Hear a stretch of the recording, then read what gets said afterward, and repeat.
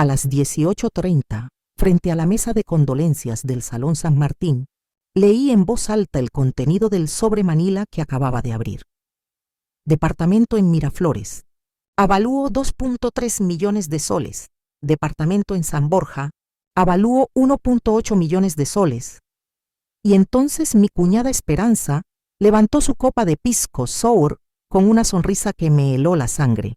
Por Reinaldo, dijo, que en paz descanse y que todo quede bien repartido en la familia. Y todos los presentes en el velorio miraron hacia mi mesa. ¿Tú habrías confiado en esa explicación? El salón estaba en la cuadra 8 de la avenida Arequipa, a 3 calles de la casa donde Reinaldo y yo vivimos 42 años. Una casa modesta en Breña, con su jardincito adelante donde él cultivaba sus geranios rojos y yo tendía la ropa los domingos. Esa mañana, antes de que llegaran los de la funeraria, había pagado el recibo de luz, 800 soles. También compré el pollo para el almuerzo que nunca preparé, 28 soles el kilo en el mercado de la esquina. Números exactos, como me enseñó mi trabajo de contadora durante 30 años. Reinaldo había muerto el miércoles 10 de marzo, de un infarto fulminante mientras regaba sus plantas. Yo estaba en la cocina preparando el desayuno cuando escuché el ruido del agua corriendo sin parar. Lo encontré desplomado junto a la manguera, con la tierra mojada manchándole la camisa celeste que tanto le gustaba. El sobre Manila llegó a mis manos de la manera más casual. Durante el velorio, mientras ordenaba las flores que llegaban, el hijo de Esperanza, mi sobrino Carlos, de 35 años, apareció con varios sobres bajo el brazo. «Tía Mercedes», me dijo con esa voz suave que usaba cuando quería algo, «acá están algunos papeles que encontré en el escritorio del tío. Nada importante, solo cuentas y esas cosas. Los puedes revisar después». Pero yo siempre fui curiosa con los papeles. Es costumbre de contadora. Y algo en la manera despectiva con que Carlos dijo «nada importante» me llamó la atención. Así que, mientras él se alejaba para conversar con otros familiares, abrí el sobre. Adentro había 3 documentos. El primero era un inventario de bienes a nombre de Reinaldo Vilca Mendoza, mi esposo. El segundo, una tasación oficial fechada el 15 de febrero de 2021, apenas 3 semanas antes de su muerte. El tercero, una carta manuscrita con la letra temblorosa pero reconocible de Reinaldo. «Mercedes», decía la carta, «si algo me pasa, estos son todos nuestros bienes. Los 2 departamentos que compramos con nuestros ahorros y la venta del terreno de Huancayo están a mi nombre por el tema de los impuestos, pero son nuestros. No dejes que nadie te convenza de lo contrario. La tasación era demoledora. Departamento en Miraflores, calle Shell 456, 145 metros cuadrados, valor comercial 2.300.000 soles. Departamento en San Borja, avenida San Luis 1247, 98 metros cuadrados, valor comercial 1.800.000 soles. Total, 4.000 de 100.000 soles, 4.100.000 soles. Yo no tenía idea de que poseíamos tanto dinero. Durante 42 años de matrimonio, Reinaldo manejó siempre las finanzas grandes. Yo me encargaba de los gastos del día a día, los recibos, la comida, mi ropa. Él se ocupaba de las inversiones, los ahorros, los papeles legales. «Para que no te preocupes, Mercedes», me decía siempre. Yo me encargo de eso, pero ahora, leyendo estos documentos con el ruido de fondo del velorio, las conversaciones en voz baja, el tintineo de las copas, el roce de los zapatos sobre el parquet del salón, me di cuenta de que mi esposo había sido mucho más próspero de lo que yo imaginaba. «¿Has vivido algo parecido en tu familia?» «¿Qué estás leyendo, tía?» La voz de Carlos me sobresaltó. Había aparecido a mis espaldas sin que lo sintiera.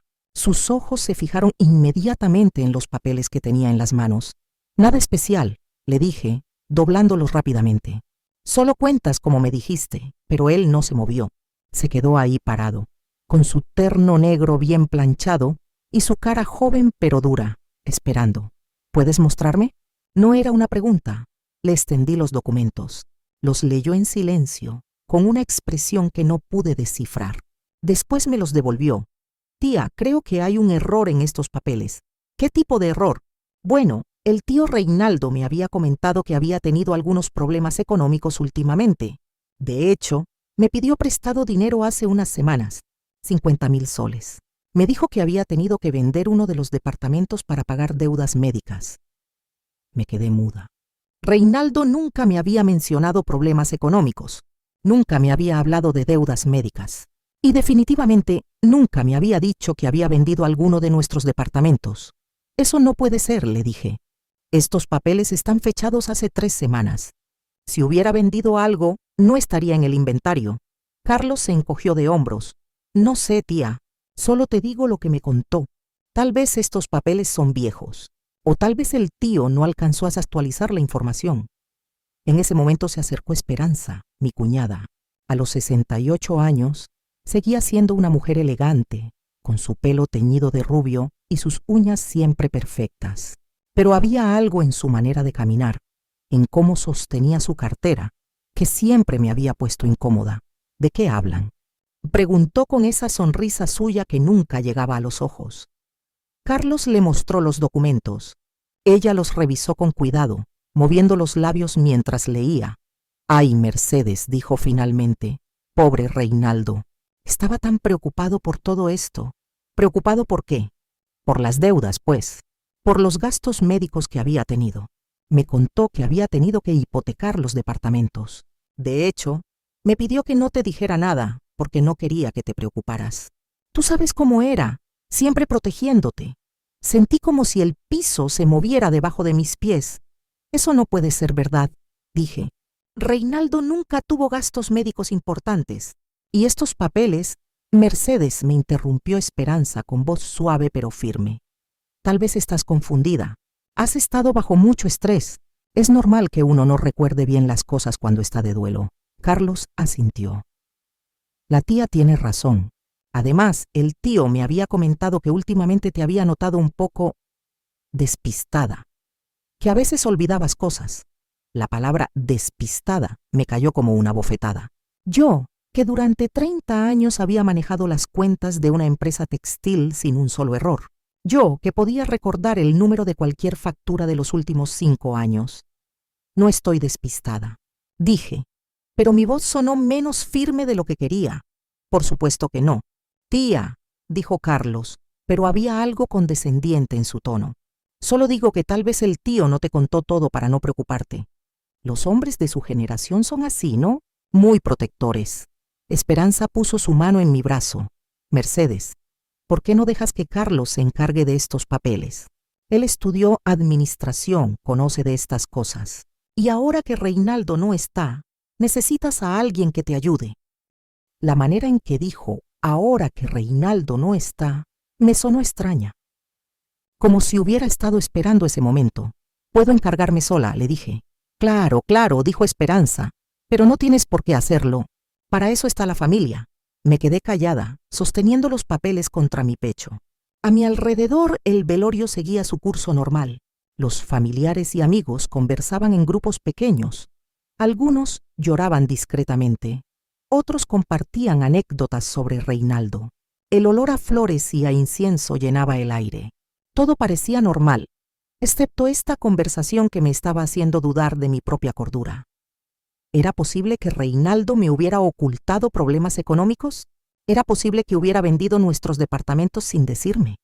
¿Era posible que yo estuviera realmente despistada, como decía Carlos? «Déjame pensarlo», les dije finalmente. Carlos y Esperanza se miraron. «Por supuesto, tía, no hay prisa, pero estos papeles legales pueden ser complicados. Si quieres, mañana puedo llevarte donde un abogado amigo mío para que te explique bien la situación». «¿Un abogado?». «Sí, para que tengas claridad sobre todo, sobre las deudas, sobre lo que realmente queda de la herencia, para que sepas exactamente cuál es tu situación financiera». La palabra herencia pronunciada de esa manera me sonó siniestra, como si ya hubieran decidido que no había mucho que heredar. «Está bien», dije. «Mañana hablamos». Esa noche no pude dormir. Me quedé sentada en la cocina, con los documentos extendidos sobre la mesa, leyéndolos una y otra vez. La letra de Reinaldo en la carta manuscrita era inconfundible. La fecha de la tasación era clara. 15 de febrero de 2021. Las direcciones de los departamentos coincidían con las que yo recordaba de nuestras conversaciones ocasionales sobre nuestras inversiones, como las llamaba él. Pero las palabras de Carlos y Esperanza resonaban en mi cabeza, despistada. Deudas médicas, hipotecados. A las 3 de la mañana tomé una decisión. Busqué en la agenda telefónica de Reinaldo y encontré el número del doctor Paredes, su médico de toda la vida. Lo llamé. ¿Doctora Paredes? Soy Mercedes, la esposa de Reinaldo Vilca. Mercedes, qué pena lo de Reinaldo. ¿Cómo estás? Doctora, disculpe que la llame tan tarde. Necesito preguntarle algo importante. ¿Reinaldo tuvo gastos médicos grandes últimamente? ¿Algún tratamiento caro? Hubo una pausa. Mercedes, Reinaldo no venía a consultorio desde hace 6 meses. La última vez fue para su chequeo anual. Todo salió normal. No tuvo ningún gasto médico importante conmigo. ¿Está segura? Completamente segura. ¿Por qué preguntas? Por nada, doctora. Gracias. Colgué el teléfono con las manos temblando. Carlos había mentido. Esperanza había mentido. No había habido gastos médicos importantes. Al día siguiente, Carlos llegó puntual a las 10 de la mañana. Venía acompañado de un hombre mayor de unos 60 años, vestido con terno gris y portafolio de cuero. Tía Mercedes, te presento al doctor Raúres, el abogado que te mencioné. El doctor Raúres tenía una sonrisa profesional y una manera de hablar pausada, como si estuviera explicándole las cosas a una niña. Señora Mercedes, he revisado la documentación que me envió Carlos y lamentablemente la situación no es tan favorable como podría parecer a primera vista. ¿Qué quiere decir? Los departamentos, efectivamente, están registrados a nombre de su esposo, pero tienen graves gravámenes financieros, hipotecas que superan el valor de los inmuebles. En términos simples, debe más de lo que valen. Eso no puede ser. Señora, entiendo que es difícil de aceptar, pero su esposo aparentemente tuvo serios problemas financieros en los últimos años. Probablemente no quiso preocuparla con estos temas. Me mostró unos documentos que no había visto antes. Pagarés firmados por Reinaldo. Contratos de préstamo con intereses altísimos. Documentos que, según el abogado, demostraban que mi esposo había hipotecado todo para pagar deudas de juego. ¿Deudas de juego? Su esposo tenía un problema con las apuestas, señora Mercedes. Es muy común en hombres de su edad. La vergüenza los lleva a ocultar la situación hasta que ya es demasiado tarde. Reinaldo nunca apostó en su vida. Nunca jugó ni siquiera a la lotería. El doctor Raúres y Carlos se miraron con esa mirada que yo empezaba a conocer bien. La mirada de la vieja está perdiendo la razón, señora Mercedes, dijo el abogado con voz paternal. Entiendo que es difícil aceptar esta realidad, pero estos documentos son legales y están debidamente registrados. Su situación financiera es muy delicada. ¿Qué significa eso? Que lo más probable es que tenga que vender la casa donde vive para pagar las deudas. Y aún así, es posible que no alcance. Sentí que el mundo se desplomaba a mi alrededor, pero no se preocupe, continuó Carlos. Mi mamá y yo hemos estado conversando y queremos ayudarla. Podría mudarse a vivir con nosotros. Tenemos una habitación disponible en la casa.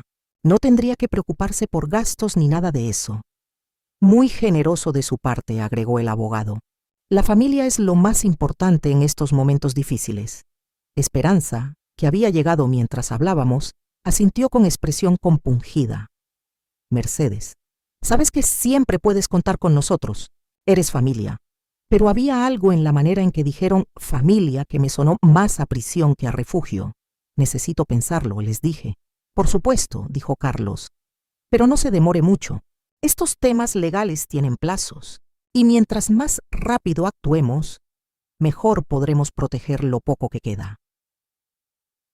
Después de que se fueron, me senté en el sillón de Reinaldo, donde él solía leer el diario todas las tardes. Todo parecía indicar que Carlos y Esperanza tenían razón. Los documentos del abogado parecían legales. Los números concordaban. Las firmas de Reinaldo se veían auténticas, pero algo en mi interior me decía que algo estaba mal. Esa tarde decidí hacer algo que no había hecho en años, salir sola a investigar. Tomé el microbús hasta Miraflores y me bajé en la calle Shell. Busqué el número 456. Era un edificio moderno de 8 pisos, con una portería elegante. Me acerqué al portero. Buenos días. Soy Mercedes Vilca. Creo que mi esposo era dueño de un departamento acá. El portero, un señor mayor de bigotes blancos, me miró con curiosidad. ¿Vilca? ¿Don Reinaldo Vilca? Sí. Ay, señora, qué pena lo del señor Reinaldo. Era muy buena gente. Siempre nos saludaba cuando venía a cobrar el alquiler. ¿A cobrar el alquiler? Sí, pues. Del departamento 4B. Tenía muy buenos inquilinos, los señores Paredes. Pagaban puntual todos los meses. 3.200 soles. Se me cortó la respiración. ¿Tenía inquilinos? Claro, desde hace como 10 años.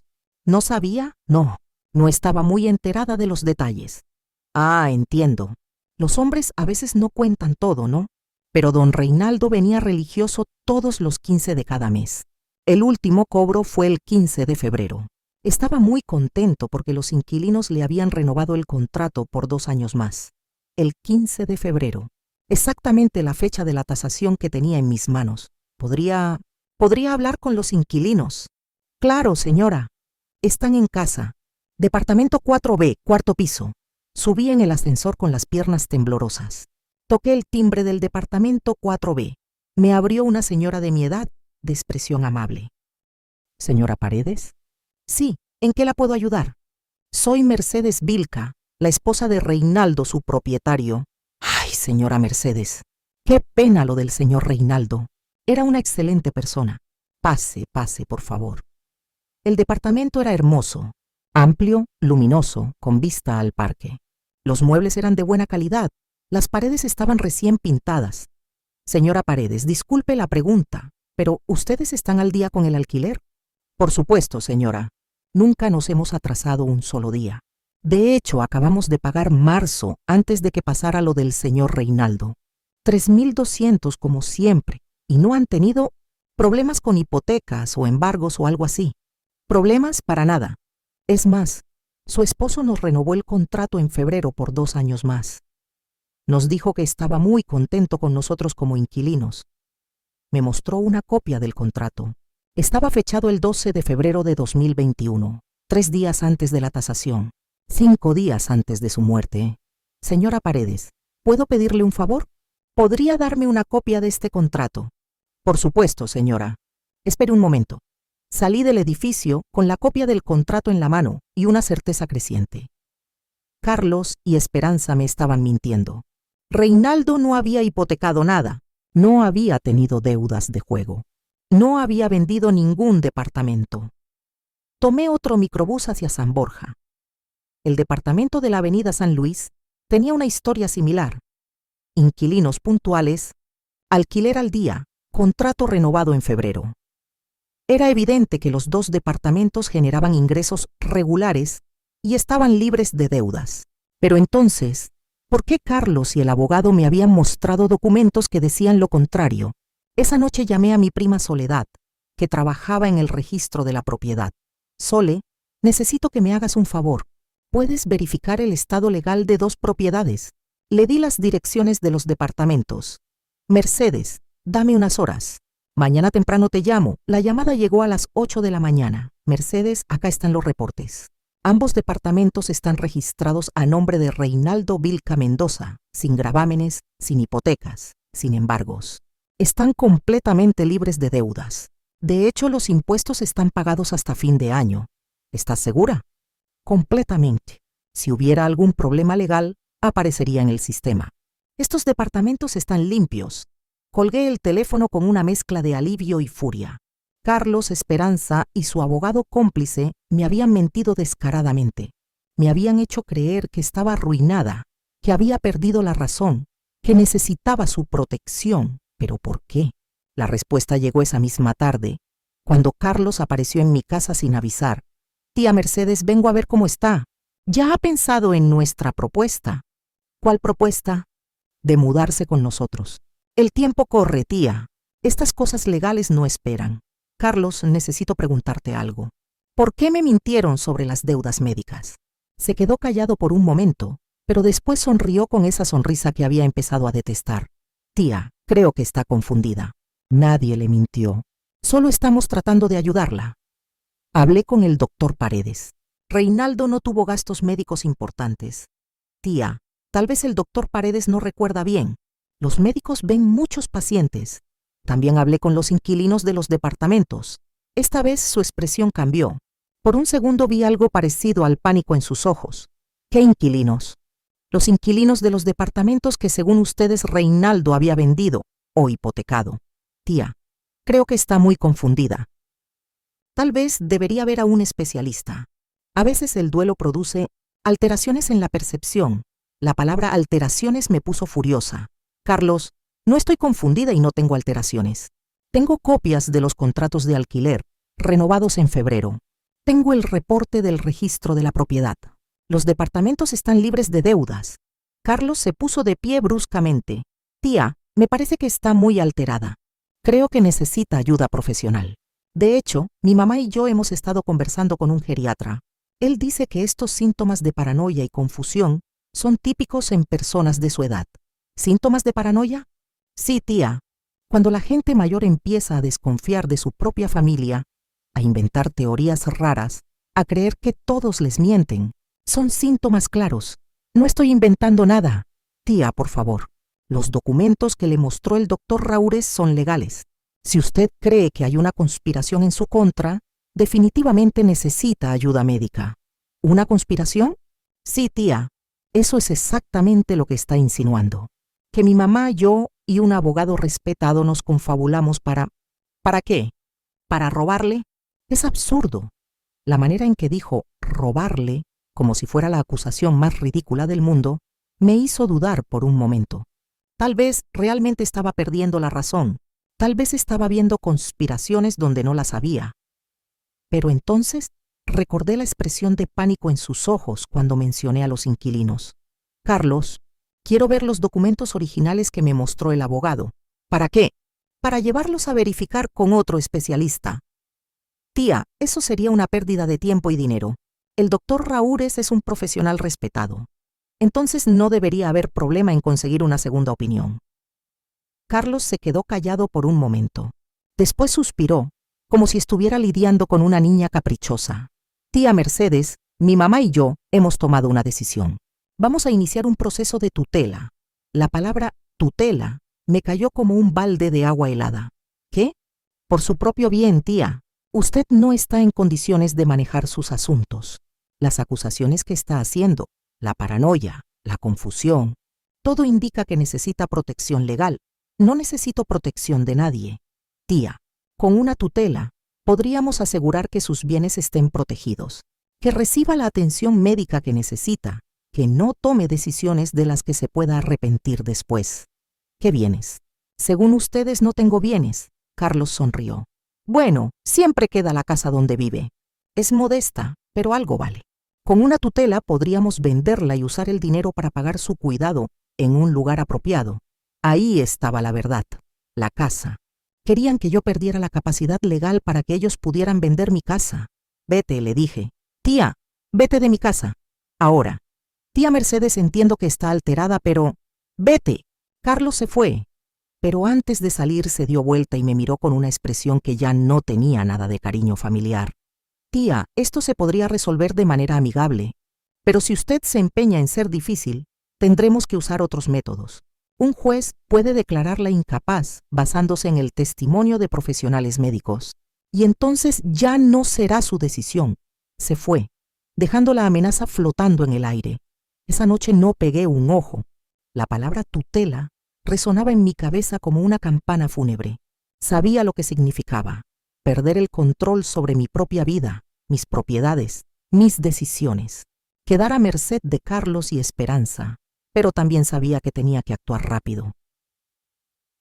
A la mañana siguiente, busqué en las páginas amarillas y llamé al Colegio de Abogados de Lima. Buenos días. Necesito verificar si un abogado está registrado. Se llama Raúres. ¿Tiene el nombre completo? No, solo el apellido. Pero debe tener unos 60 años, especialista en temas de herencia. Señora, con solo el apellido no puedo ayudarla. Necesito el nombre completo y el número de colegiatura. Colgué, frustrada. Pero después recordé algo. Cuando Carlos me presentó al abogado, habían hablado como si se conocieran de antes, como si fueran socios, no como si Carlos hubiera buscado al abogado para ayudarme. ¿Y si no era un abogado verdadero? Llamé de nuevo al colegio. Disculpe, ¿ustedes tienen algún registro de denuncias por ejercicio ilegal de la profesión? Sí, tenemos un departamento que se encarga de eso. ¿Quiere hacer una denuncia? No todavía. Solo quiero verificar algo. Si alguien se hace pasar por abogado, ¿qué documentos falsificaría?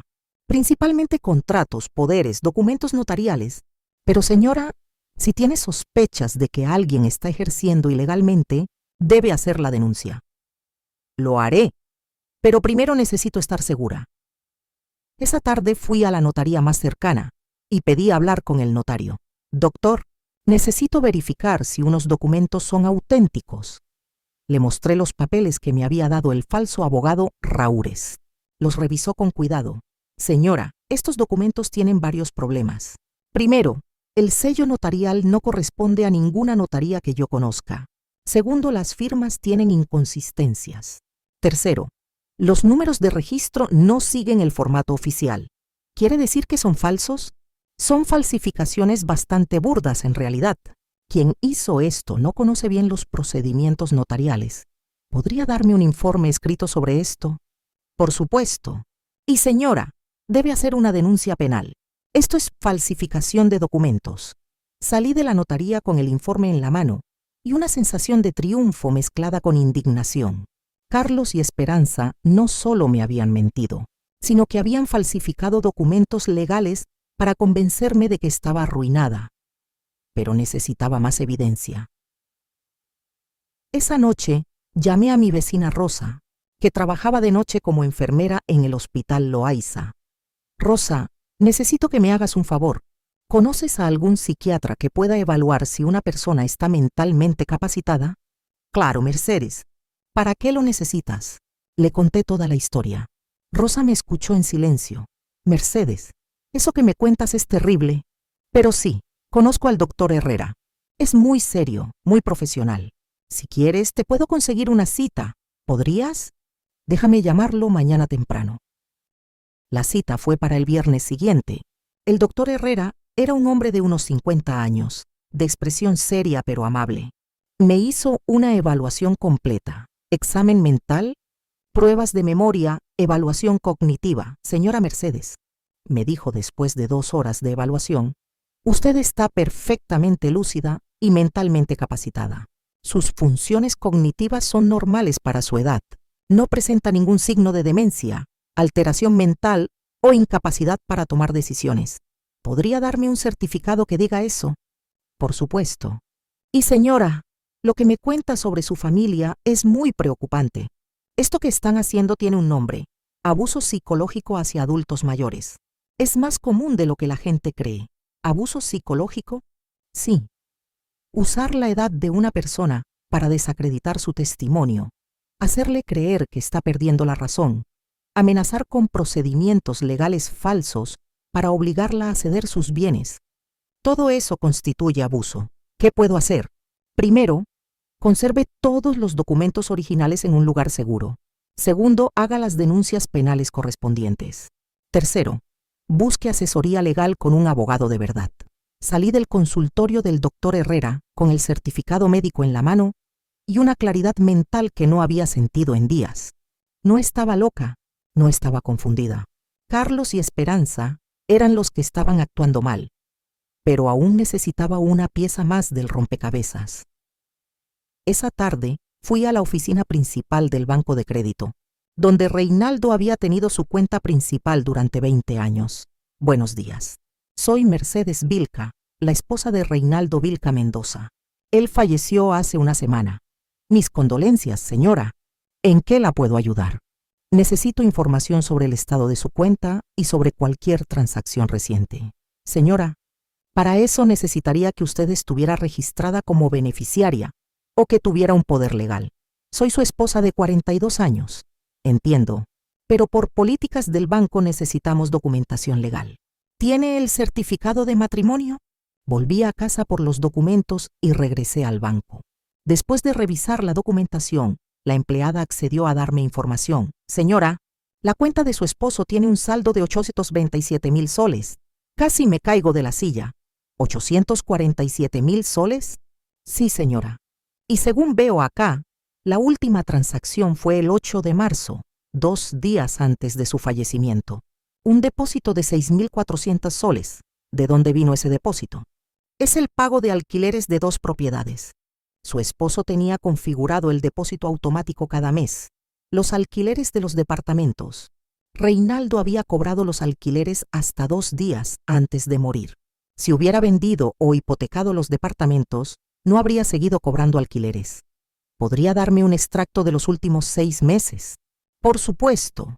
El extracto era revelador. Todos los meses, el día 8, entraban 6,400 soles por concepto de alquileres. No había salidas importantes de dinero. No había pagos a casinos o casas de juego. No había pagos médicos extraordinarios. Solo los gastos normales de una persona jubilada que vivía con modestia. Una pregunta más, le dije a la empleada. ¿Alguien más ha preguntado por esta cuenta recientemente? Déjeme revisar.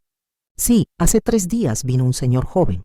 Dijo que era sobrino del titular y que necesitaba información para temas de herencia. ¿Un señor joven? Sí, de unos 35 años. Pero no pudimos darle información porque no tenía la documentación legal requerida. Carlos había tratado de averiguar sobre la cuenta de Reinaldo, probablemente para saber exactamente cuánto dinero había en juego. Salí del banco con una imagen completamente clara de lo que había pasado. Carlos y Esperanza sabían exactamente cuánto valía la herencia de Reinaldo. 2 departamentos libres de deuda que generaban ingresos mensuales, más 847,000 soles en efectivo. En total, casi 5 millones de soles. Su plan era hacerme creer que no había herencia, que todo estaba hipotecado o perdido, para que yo aceptara su ayuda y terminara viviendo como dependiente de ellos mientras ellos se quedaban con todo. Pero ahora tenía las pruebas. Escribe dignidad. Si alguna vez dudaron de tu palabra. Esa noche llamé a Carlos. Hola, Carlos. Quería avisarte que mañana a las 10 de la mañana voy a estar en mi casa con mi abogado. Necesitamos hablar. ¿Tu abogado? Tía, no necesitas gastar dinero en abogados. Ya te dijimos que podemos ayudarte. Mi abogado se llama Dr. Mendoza, del estudio Mendoza y Asociados. Está especializado en casos de abuso hacia adultos mayores. Hubo un silencio largo. Tía, ¿de qué abuso hablas? Mañana conversamos. Ah, y Carlos, trae al doctor Raúres. Mi abogado quiere conocerlo. El doctor Raúres está muy ocupado. Estoy segura de que puede hacer un espacio, especialmente cuando se entere de que tengo un informe pericial que dice que los documentos que me mostró son falsificaciones. Otro silencio. Tía, creo que estás muy alterada. Mañana a las 10, Carlos. No faltes. Colgué el teléfono. Por supuesto, yo no tenía ningún abogado, pero necesitaba que Carlos creyera que sí. A las 9 de la mañana del día siguiente, llegó mi verdadero refuerzo, mi prima Soledad, vestida con su mejor terno y cargando un maletín de cuero. Mercedes, espero que esto funcione. Va a funcionar. Solo sigue mi plan. A las 10 en punto llegaron Carlos y Esperanza. No venía el falso doctor Raúres. Buenos días, dijo Carlos con una sonrisa forzada. ¿Dónde está su abogado? Aquí está, dije señalando a Soledad. Doctora Soledad Vargas, especialista en Derecho de Familia y Adultos Mayores. Soledad se puso de pie y les extendió la mano con autoridad profesional. Buenos días. He revisado el caso de la señora Mercedes y debo decirles que están en serios problemas legales. ¿Problemas legales?, preguntó Esperanza. Falsificación de documentos, intento de estafa, abuso psicológico hacia un adulto mayor, amenazas. Cualquiera de estos cargos puede llevar a prisión. Carlos se puso pálido. No sé de qué habla. Hablo de esto, dijo Soledad, poniendo sobre la mesa el informe del notario. Los documentos que ustedes presentaron como legales son falsificaciones burdas. Hablo de esto, puso el extracto bancario, que demuestra que el señor Reinaldo no tenía deudas de juego. Hablo de esto, puso los contratos de alquiler, que demuestra que los departamentos no estaban hipotecados. Y hablo de esto, agregué yo, poniendo el certificado médico, que demuestra que estoy perfectamente cuerda y mentalmente capacitada. Esperanza y Carlos se miraron. Por primera vez desde el velorio, fueron ellos los que se veían confundidos. Además, continuó Soledad. Tengo testimonios de los inquilinos, del banco, del registro de propiedades y del colegio de abogados, que confirma que el tal doctor Raúres no está registrado como abogado. ¿Dónde está el doctor Raúres? Pregunté. No pudo venir, murmuró Carlos. ¿No pudo o no existe? Silencio total. Miren, dije levantándome de mi silla. Voy a ser muy clara. Sé exactamente lo que trataron de hacer. Sé que la herencia de Reinaldo vale casi 5 millones de soles. Sé que trataron de convencerme de que no había nada para que yo aceptara depender de ustedes, mientras ustedes se quedaban con todo. Tía, no me interrumpas. Mi voz sonó más fuerte de lo que había sonado en años. Durante una semana me le hicieron creer que estaba loca. Me dijeron que estaba despistada, que tenía alteraciones, que necesitaba protección. Me amenazaron con tutela para quitarme mi capacidad legal. Esperanza intentó hablar, pero yo continué. Lo que no sabían es que yo soy contadora. Durante 30 años revisé documentos, verifiqué cifras, detecté inconsistencias. Creían que por ser vieja iba a tragarme cualquier historia. Tía Mercedes, dijo Carlos con voz suplicante. Nosotros solo queríamos ayudar. Mentira. Ustedes querían robarme. Soledad carraspeó. Señores, tengo aquí las denuncias penales ya redactadas. Falsificación de documentos públicos, intento de estafa agravada, coerción, amenazas. Si firman este documento reconociendo los hechos y comprometiéndose a no volver a molestar a la señora Mercedes, podríamos evitar el proceso penal. Carlos y Esperanza se miraron otra vez. Después Carlos suspiró. Está bien. Reconocemos que nos equivocamos, que tal vez actuamos mal. No se equivocaron, les dije. Planearon robarme y hacerme creer que estaba loca para conseguirlo. Sí, murmuró Carlos. Sí, es verdad. ¿Por qué? Pregunté. Esperanza habló por primera vez en toda la conversación. Porque necesitábamos el dinero. Carlos perdió el trabajo hace 6 meses. Tenemos deudas. Pensamos que tú no te ibas a enterar del valor real de la herencia, que iba a ser fácil convencerte de que no había nada. ¿Y la tutela? Era para poder vender tu casa también, admitió Carlos. Pensamos que con todo el dinero podríamos pagar nuestras deudas y después cuidarte bien. No queríamos hacerte daño. Claro que querían hacerme daño. Querían que perdiera mi casa, mi independencia, mi dignidad. Soledad puso el documento sobre la mesa. Firmen esto y no habrá proceso penal. Pero hay condiciones. Las condiciones eran 3. Primero, reconocimiento por escrito de que habían intentado defraudarme, que los documentos que presentaron eran falsos y que yo estaba completamente cuerda y mentalmente capacitada. Segundo, compromiso de no volver a contactarme, no aparecer en mi casa, no llamarme por teléfono, no intentar interferir en mis asuntos de ninguna manera. Tercero, si alguna vez necesitaba ayuda genuina, yo sería quien decidiría pedírsela, no ellos quien me la impondrían. Carlos y Esperanza firmaron. Después de que se fueron, Soledad y yo nos quedamos sentadas en la cocina. Tomando té. Mercedes, eso fue impresionante. ¿Qué cosa? ¿Cómo manejaste todo? La investigación, las pruebas, la confrontación. No cualquiera habría podido hacer eso. Es que no soy cualquiera, le dije. Soy Mercedes Quispe Vilca. Fui contadora durante 30 años. Estuve casada 42 años con un buen hombre. Tengo 72 años y tengo toda mi cabeza en su lugar. ¿Y ahora qué vas a hacer? Ahora voy a vivir mi vida como se me dé la gana. Esa tarde empecé a ordenar los papeles de Reinaldo. Sus carpetas contables estaban en el escritorio de nuestro dormitorio, exactamente como él las había dejado.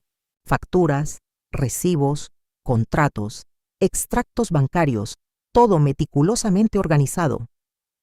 Mientras organizaba los documentos por fecha, me encontré con una carta que no había visto antes. Estaba dirigida a mí, en un sobre cerrado con mi nombre escrito en la letra de Reinaldo. Mercedes querida, decía la carta. Si estás leyendo esto, es porque ya no estoy contigo. Sé que nunca te conté todos los detalles de nuestras inversiones, porque quería que no te preocuparas por esas cosas. Pero quiero que sepas que todo lo que tenemos es tuyo. Los departamentos, el dinero del banco, todo. Eres una mujer inteligente y capaz. No dejes que nadie te diga lo contrario. Y por favor, no tengas miedo de estar sola. Has sido fuerte toda la vida. Lo seguirás siendo sin mí. Te amo. Lloré por primera vez desde su muerte. No de tristeza, sino de gratitud. Reinaldo me había conocido mejor de lo que yo pensaba. Sabía que iba a necesitar esas palabras. Los meses siguientes fueron de aprendizaje. Aprendí a manejar las cuentas bancarias, a cobrar los alquileres, a tratar con los inquilinos. Aprendí a estar sola sin sentirme sola. Carlos y Esperanza cumplieron su palabra. No volvieron a molestarme.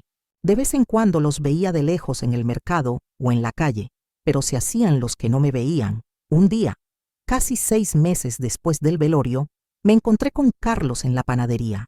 Se veía más delgado, más viejo. Se acercó tímidamente. «Hola, tía Mercedes». «Hola, Carlos. ¿Cómo está?» «Bien, ¿y tú?» «Conseguí trabajo. En una empresa de contabilidad. El sueldo es poco, pero es honesto». Me quedé callada. «Tía, quería pedirle disculpas. De verdad. Lo que hicimos estuvo muy mal». «Sí, estuvo muy mal. ¿Cree que algún día podría perdonarnos?» Lo miré a los ojos. Vi cansancio, arrepentimiento, tal vez algo de vergüenza genuina. «Carlos, lo que ustedes hicieron no se olvida. Me hicieron creer que estaba perdiendo la razón. Me amenazaron con quitarme mi libertad. Eso no se perdona fácilmente». «Lo sé, tía, pero tampoco soy rencorosa. Si algún día, dentro de mucho tiempo, necesitan ayuda genuina, veremos. Pero será cuando yo decida. No cuando ustedes necesiten, entiendo». «Tía, gracias». Se fue sin más palabras. Esa noche, mientras regaba los geranios de Reinaldo en el jardincito de adelante, pensé en todo lo que había pasado, en cómo había estado a punto de perder todo por confiar en las personas equivocadas, en cómo había recuperado no solo mi herencia, sino algo más importante, la confianza en mí misma. A los 72 años había aprendido que la dignidad no se negocia, que la familia no siempre es quien más te ama, que ser vieja no significa ser tonta, y que a veces hay que pelear por lo que es tuyo, aunque los demás te digan que estás loca por hacerlo. Al día siguiente, empecé a tomar clases de computación en el centro comunitario del barrio. A los 72 años decidí que era hora de aprender cosas nuevas. La profesora, una chica de 25 años, me preguntó por qué quería aprender. «Porque quiero manejar mis cuentas bancarias por internet», le dije. «Y porque quiero escribir mi historia para que otras mujeres de mi edad sepan que pueden defenderse solas». «¿Su historia?» «Sí. La historia de cómo casi pierdo todo por confiar en la gente equivocada y cómo lo recuperé todo por confiar en mí misma». 2 años después terminé de escribir mi telehistoria. La publiqué en un blog que aprendí a hacer en mis clases de computación. Se llamaba Dignidad a los 72. El blog se volvió popular entre mujeres adultas mayores de toda Lima, después de todo Perú, después de toda Latinoamérica. Recibía mensajes de mujeres que habían vivido situaciones parecidas, que habían dudado de sí mismas, que habían recuperado su fuerza después de leer mi historia. «Mercedes», me escribió una señora de Arequipa, «gracias por demostrarme que los 70 no son el final, sino el comienzo de una nueva etapa». «Mercedes», me escribió otra desde México, «tu historia me dio valor para denunciar a mi hijo que me estaba robando mi pensión».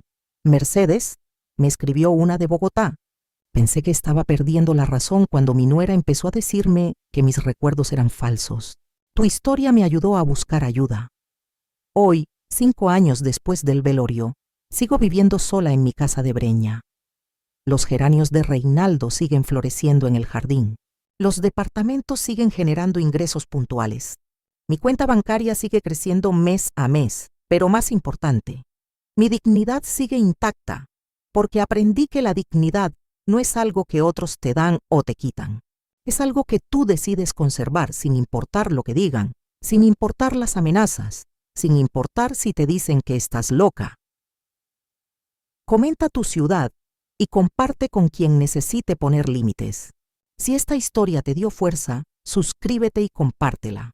A los 77 años puedo decir con orgullo: soy Mercedes Quispe Vilca. Fui contadora durante 30 años. Estuve casada 42 años con un buen hombre. Tengo mi casa, tengo mis bienes, tengo mi independencia, y nadie me va a quitar nada de eso nunca más, porque la dignidad no se negocia. Y eso lo aprendí en un velorio, abriendo un sobre que cambió mi vida.